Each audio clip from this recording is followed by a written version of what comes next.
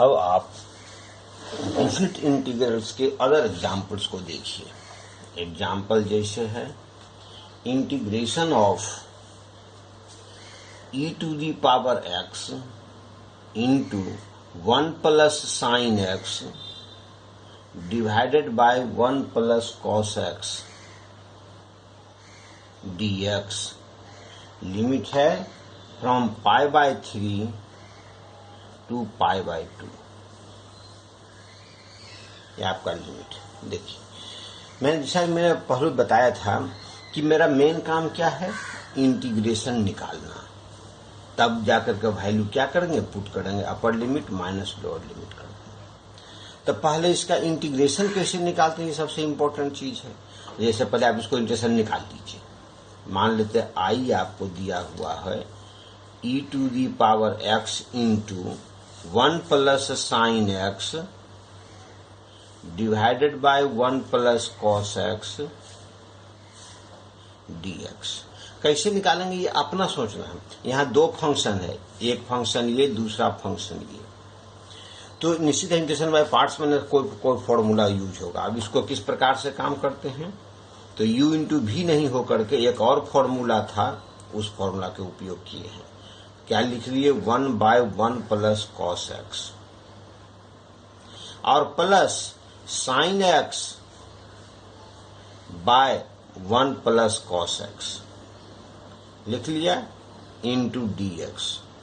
अब ट्रिगोनोमेट्री का formula apply कीजिए, e to the power x into 1/1 plus cos x का बदला होता है 2 कॉस स्क्वायर x/2 और प्लस साइन x के बदले लिख देंगे 2 sign x/2 into cos x/2 लिख लिया। और 1 प्लस कॉस x के बदले लिख लिया 2 कॉस स्क्वायर x/2 dx। तो देखो 2 से 2 कैंसिल, कॉस x से कॉस x कैंसिल, मेरे पास बच गया e to the power x into 1/2 sec square x/2 और प्लस साइन बाय कॉस यानी कि 10x/2 मेरे पास बच गए इंटू dx। अब देखो आपके पास एक फॉर्मूला हम बताए हुए हैं इंटीग्रेशन बाय पार्ट्स में, integration of e to the power x into fx plus f'(x) dx का वैल्यू क्या होता है, e to the power x fx बताए हैं। तो यही देखो, यह मेरे पास वैल्यू क्या हो गया, fx। यह ध्यान रखना, यह fx और यह क्या हो गया, इसका डिफरेंशियल पार्ट्स यानी f'(x)। तो इसके वैल्यू कितने हो जाएंगे, e to the power x into 10x/2। आई देखो इसका इंटीग्रेशन मालूम हो गया है ना। अब इसके वैल्यू को जो हम इवेल्युएट करते हैं, इतना के वैल्यू को इवेल्युएट करते हैं, इसका इंटीग्रेशन तो मेरा मालूम हो गया। इसीलिए इंटीग्रेशन फ्रॉम π/3 से लेकर के π/2 तक e to the power x into 1 plus sine x by 1 plus cos x है ना dx बराबर आप लिख सकते हैं क्या, इसका इंटीग्रेशन क्या चला जाएगा, e to the power x 10x/2। Limit है आपको क्या, π/3 से लेकर के π/2 तक, π/3 से π/2 तक। अब इसकी अपर लिमिट का वैल्यू पुट कीजिए, माइनस लोअर लिमिट का वैल्यू पुट कीजिए। तो देखिए मेरे पास वैल्यू आता है e to the power π/2 into 10 π/4 minus e to the power π/3 10 π/6। तो 10π/4 का वैल्यू 1 अर्थात e to the power π/2 minus π/2 minus e to the power π/3 और 10π/6 यानी 10 का वैल्यू 1/√3 हो गया। This is your value. यहाँ से वैल्यू में इवेल्युएट करिए। आपको मेन काम क्या है, इंटीग्रेशन निकालना। कि कैसे हम इसका इंटीग्रेशन निकालते हैं, वैसे उस तरह से वैल्यू को आप निकाल करके काम कर सकते हैं, है ना। जैसे एग्जाम्पल एक और देख लीजिए, यहाँ से देखिए एग्जाम्पल क्या कहता है। कहता है find value Q, find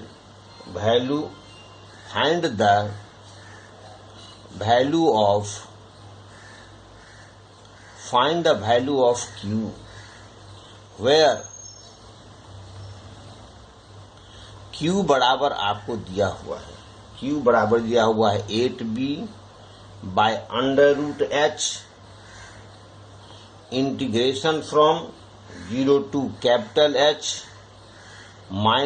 into capital H minus small h under root small h dh। यहाँ देखिए वेरिएबल क्या है, स्मॉल h, चूंकि dh यहाँ dh है तो वेरिएबल h है, ये स्मॉल h है। कैपिटल H यहाँ पर क्या हो जाएगा, एज ए कांस्टेंट की तरह उपयोग होगा। तो आप इसके पहले इंटीग्रेशन निकाल लेते हैं, उसके बाद उसके वैल्यू पुट कर देंगे। तो देखिए Q के वैल्यू क्या हो जाएंगे, Q बराबर 8b by under root h, है ना। देखो इंटीग्रेशन अगर निकालेंगे इसको इंटीग्रेशन, तो देखो इसको अलग अलग कर देते हैं तो क्या मेरे पास वैल्यू हो जाएंगे, कैपिटल H तो रह जाएगा, integration of under root h dh हो गया, 0 से लेकर के h तक हो गया। उसके बाद माइनस इंटीग्रेशन h को इससे h गुना करें क्या होगा, h टू दी पावर 1 और प्लस 1/2 यानी h to the power 3/2 dh। कहां से, 0 से लेकर कैपिटल H तक हो गया।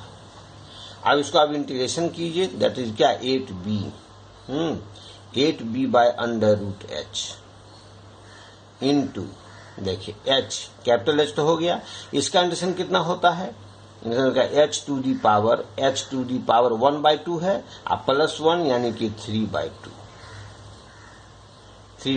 अब बाय 3/2 करेंगे तो वैल्यू हो जाएगा 2/3 हो गया। ये होता है 0 से h तक। माइनस इसी प्रकार से करेंगे तो h टू दी पावर कितना 5/2 आई 2/5 कितना से कहां तक, यह मेरे वैल्यू हो जाएंगे 0 से लेकर कैपिटल H तक। अब वैल्यू पुट कीजिए, is equal to 8b by under root h,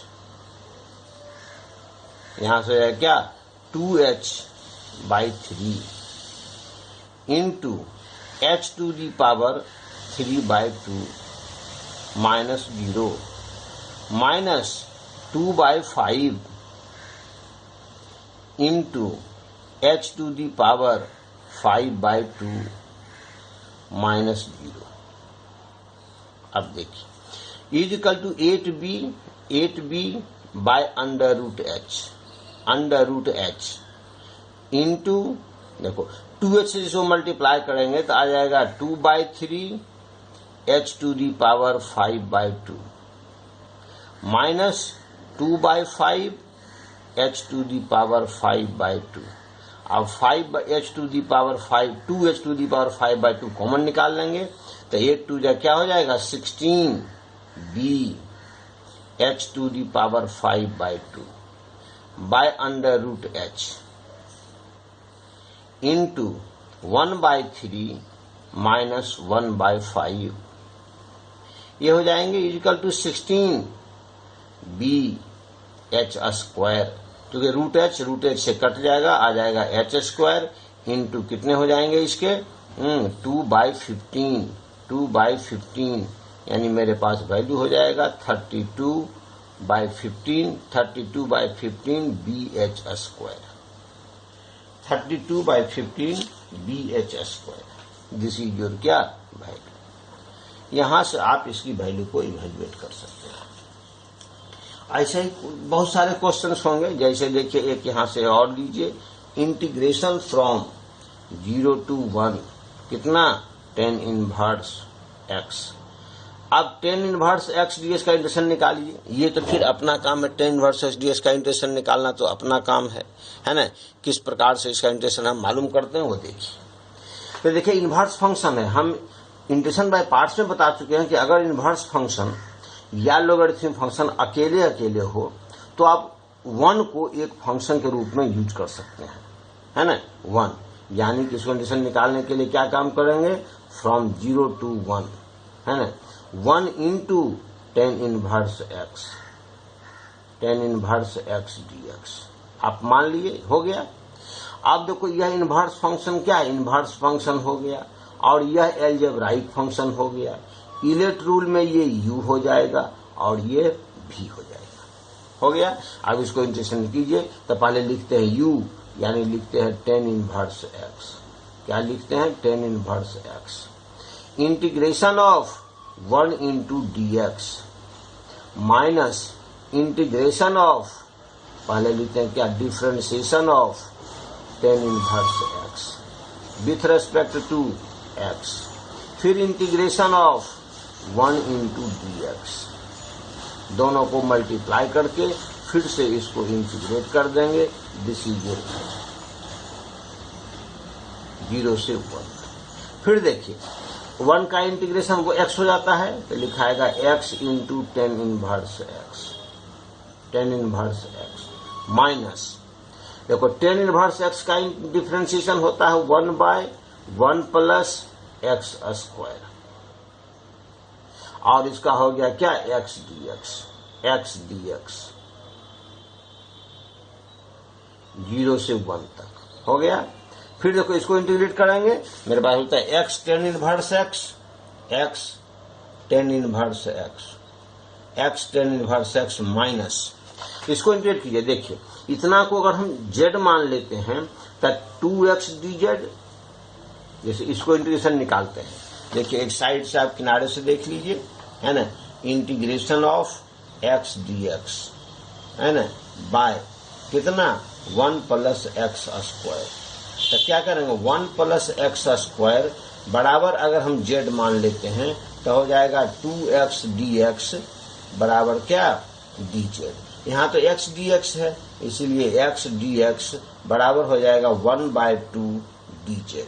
इसके वैल्यू को पुट करें हो जाएगा 1/2 integration of dz by z, यानी 1/2 क्या होता है, log z, z के वैल्यू को पुट कर देंगे तो 1/2 log, है ना, 1 प्लस एक्स स्क्वायर निकल गया। यानी मेरा वैल्यू यहाँ पर कितने हो जाएंगे, 1/2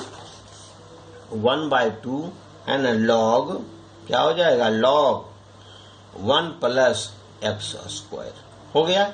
इसका कहां से कहां तक लिमिट हो गया, लिमिट कहां से कहां तक हो गया, ये 0 से 1 तक, 0 से 1 तक लिमिट है।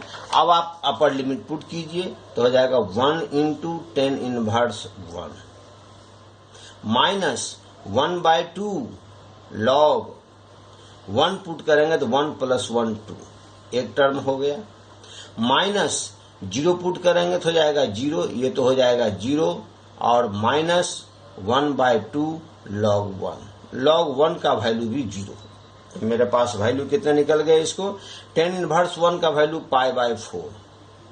π/4 minus 1/2 log 2 this is your value. बात समझ गए, इस बात में कितने इसके वैल्यू आ गए, है ना, π/4 माइनस 1/2 log 2, है ना, दिस इज योर क्या आंसर।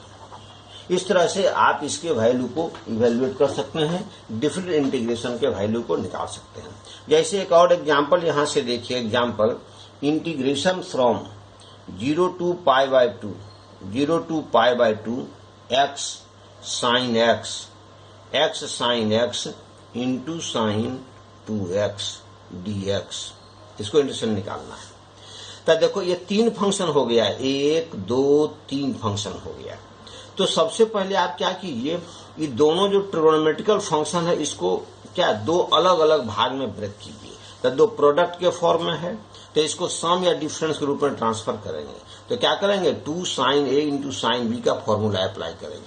फॉर्मूला क्या होता है, 2 sin a, है ना, 2 sin a into sine B बराबर क्या होता है formula, cos A minus B, क्या होता है cos A minus B minus cos A plus B, cos A plus B होता है ये, है ना, cos A minus B minus cos A plus B. तब यहां से देखिए मेरे पास वैल्यू इस रूप में तो 2 साइन है, 2 हमको यहां लाना है, यानी करेंगे 1/2, है ना, integration from 0 to π/2 x into 2 sin x, 2 sin x into sin 2x dx। अब यहाँ 2 sin a इंटू साइन का फॉर्मूला अप्लाई करेंगे तो 1/2 integration from 0 to π/2 and x, मेरे पास वैल्यू कितने हो जाएंगे, cos a माइनस बी यानी cos x minus cos a plus b cos 3x dx। अब आप इसको अलग अलग कर देंगे तो हो जाएगा 1/2 integration from 0 to π/2 and x cos x dx minus 1/2 and integration from 0 to π/2 x cos 3x dx। अब आप इसको आप तो देखो u इंटू वी के फॉर्म में आ गया, ये हो गया एल्जेब्राइक और ये हो गया ट्रिगोनोमेट्रिकल, यहाँ पर भी ये हो गया एल्जेब्राइक और ये हो गया ट्रिगोनोमेट्रिकल। तो इलेट रूल में ILATE, तो ये u हो गया, ये v हो गया, ये u हो गया और ये v हो गया। जैसे निकालते हैं इंटीग्रेशन वैसे हम इंटीग्रेशन निकाल देंगे तो हो जाएगा 1/2। देखो इंटीग्रेशन क्या होगा, इसके इंटीग्रेशन कितने हो जाएंगे, u यानी कि x integration of cos x dx का integration minus integration of differentiation of x dx, integration of cos x dx दोनों को मल्टीप्लाई करके फिर से आपको इंटीग्रेट कर देना है। कहां से, 0 से लेकर के π/2 के बीच, माइनस 1/2 इंटू फिर उसी तरह से उपयोग करेंगे x into integration of cos 3x dx minus integration of dx by dx integration of cos 3x dx हो गया। दोनों को मल्टीप्लाई करके फिर से आप इसको इंटीग्रेट कर दीजिए, लिमिट लीजिए कहां से कहां तक, 0 से लेकर के π/2। देखिए ई इक्वल टू आपके पास क्या आएंगे, 1/2 इंटू, देखिए x तो x हो गया, cos x का इंटीग्रेशन क्या हो जाएगा, sin x हो जाएगा, माइनस इंटीग्रेशन ऑफ x का डिफरेंशिएशन 1 हो गया और cos x का हो जाएगा sin x, ये आपके पास हो जाएगा sin x dx 0 to π/2 minus 1/2 into फिर उसी प्रकार से x तो x रह गया और cos x का हो जाएगा sin x 3x, x का कोफिशिएंट 3 है इसलिए 3 से डिवाइड हो जाएगा, माइनस यहाँ हो जाएगा 1 हो जाएगा और फिर हो जाएगा आपको sin 3x dx है ना डिवाइडेड बाय 3 हो जाएगा, ये मेरे वैल्यू हो जाएगा 0 to π/2। फिर इज इक्वल टू 1/2 है ना इंटू, देखो x तो x sin x रह जाएगा, x sin x रह गया, और साइन का होता है माइनस cos x, यानी तो minus minus plus cos x 0 और π/2 minus 1/2 into x sin 3x by 3 minus sine का हो जाएगा माइनस माइनस माइनस प्लस, फिर हो जाएगा क्या cos 3x बाई 9, 3 पहले था 3 फिर बाद में हो गया, यह मेरे पास हो जाएगा 0 से π/2। अब यहां से वैल्यू पुट कीजिए, इज इक्वल टू 1/2 इंटू, देखो π/2 पुट करेंगे तो देखो π/2 है ना, sine pi by 2 plus cos pi by 2, cos pi by 2 minus ये x इंटू 0 तो ये 0 हो गया, माइनस कॉस 0 माइनस कॉस 0 हो गया, कॉस 0 का वैल्यू चूंकि 1 होता है, माइनस हाफ इंटू देखो पाई बाय 2 है ना, साइन 3 पाई बाय 2 बाय 3 और plus cos 3 pi by 2 by 9 minus 0 put करेंगे तो 0 minus cos 0 by 3 e equal to 1/2 into देखो पाई बाय 2 और साइन पाई बाय 2 का वैल्यू 1, कॉस पाई बाय 2 का वैल्यू 0 यानी प्लस 0 माइनस कॉस 0 का value होता है 1 तो 1 हो गया, माइनस 1/2 यहां से फिर मेरे पास वैल्यू हो जाएगा pi by 2, sine 3 pi by 2 का वैल्यू कितना होता है माइनस, यानी हो जाएगा माइनस इंटू 1/3 माइनस 1 होता है 3 पाई बाय 2 का वैल्यू। उसके बाद cos 3 पाई बाय 2 का वैल्यू 0 तो ये 0 हो गया, माइनस 0 फिर हो गया माइनस 1/3 ये वैल्यू कितना पाई बाय 4 माइनस 1/2 और माइनस यहां से माइनस माइनस प्लस हो गया पाई बाय कितना पाई बाय 12 अब माइनस माइनस प्लस पाई 1/6 हो गया। अभी दोनों को क्या करेंगे जोड़ देंगे, इज इक्वल टू है ना पाई बाय 4 अब प्लस पाई बाय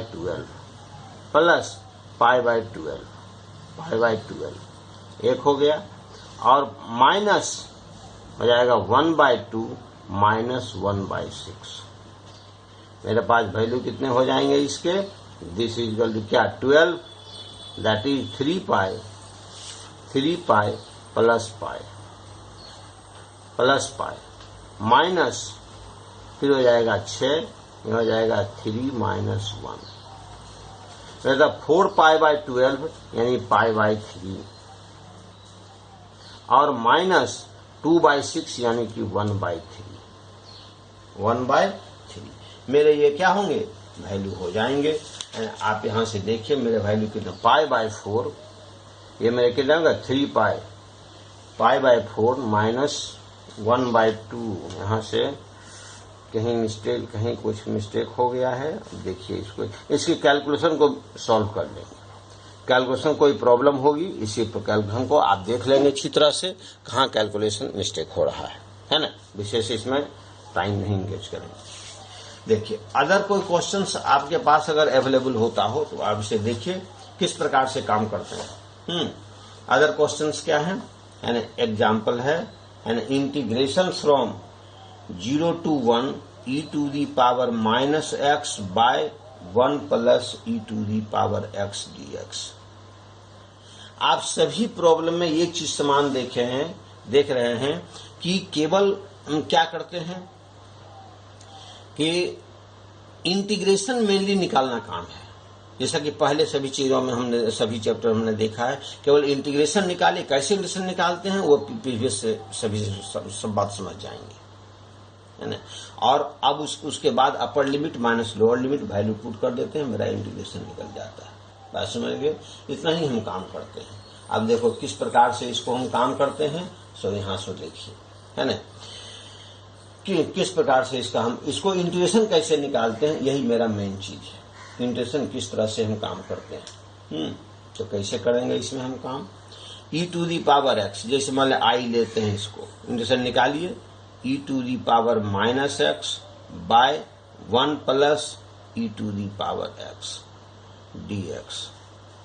किस प्रकार से इसका वैल्यू हम इंटीग्रेट करते हैं, कैसे निकाल सकते हैं इसके वैल्यू को, देखिए।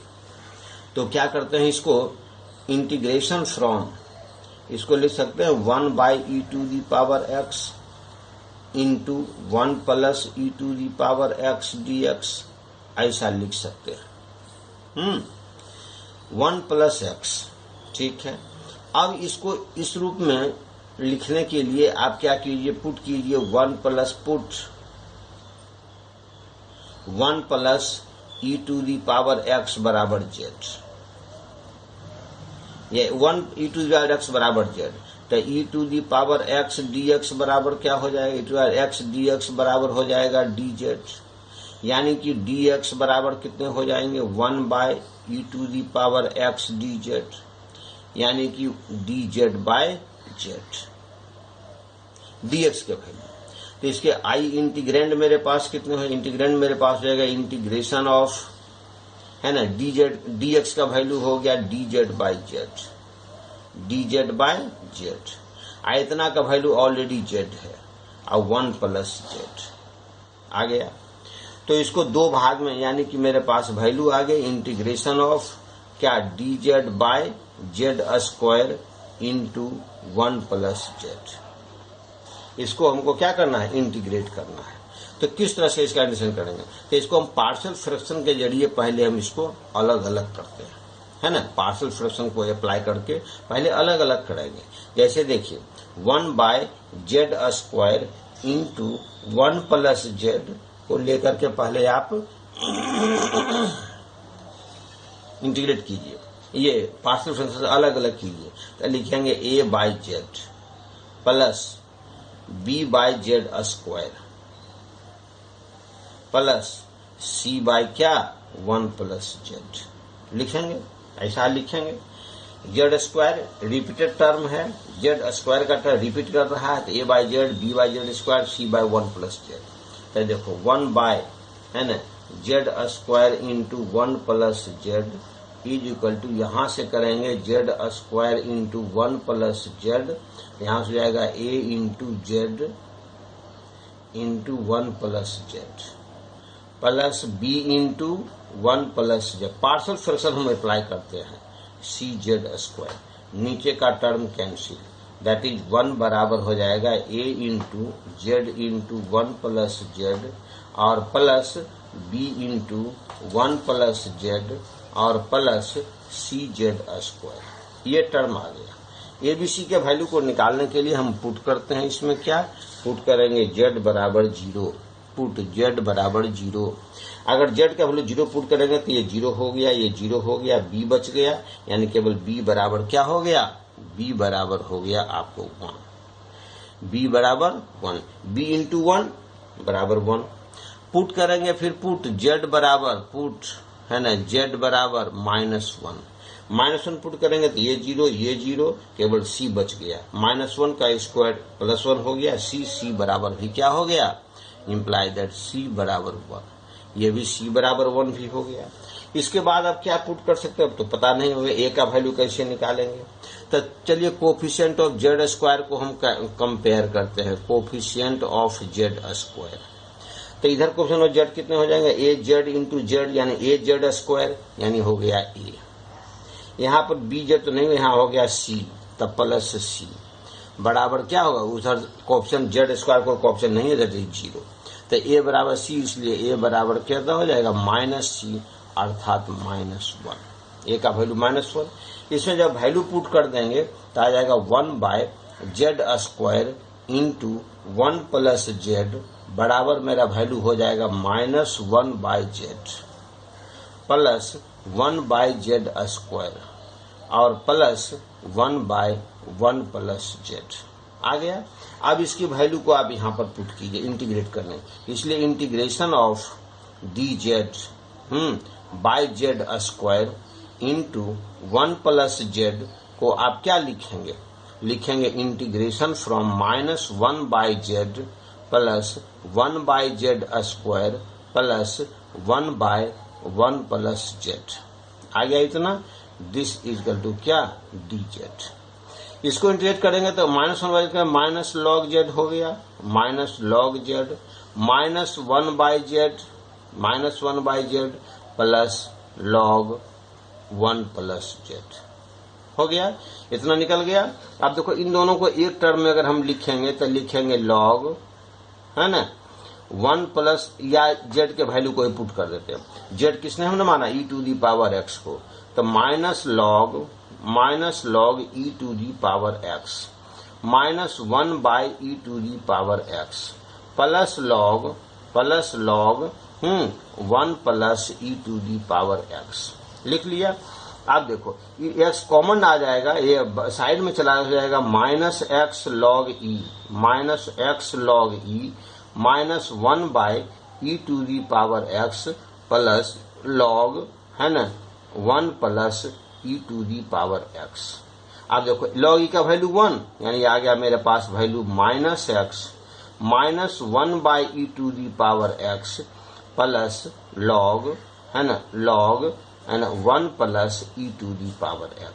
ये मेरा वैल्यू निकल गए इसके, यानी क्या इसका इंटीग्रेशन मेरा मालूम हो गया। अब इसकी वैल्यू को पुट कर देंगे, इसीलिए होता है integration from 0 to 1 e to the power minus x by 1 plus e to the power x dx बराबर हो जाएगा minus x minus 1 by e to the power x plus log है ना plus log 1 plus e to the power x का मेरा integration कहां से कहां तक, लिमिट है 0 से 1 तक।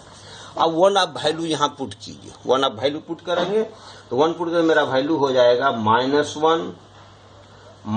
1 बाई e प्लस लॉग है ना 1 प्लस e माइनस 0 पुट करेंगे तो हो गया 0 माइनस, तो माइनस माइनस प्लस 0 माइनस क्या plus 1 by e plus 1 by e हो जाएगा, और माइनस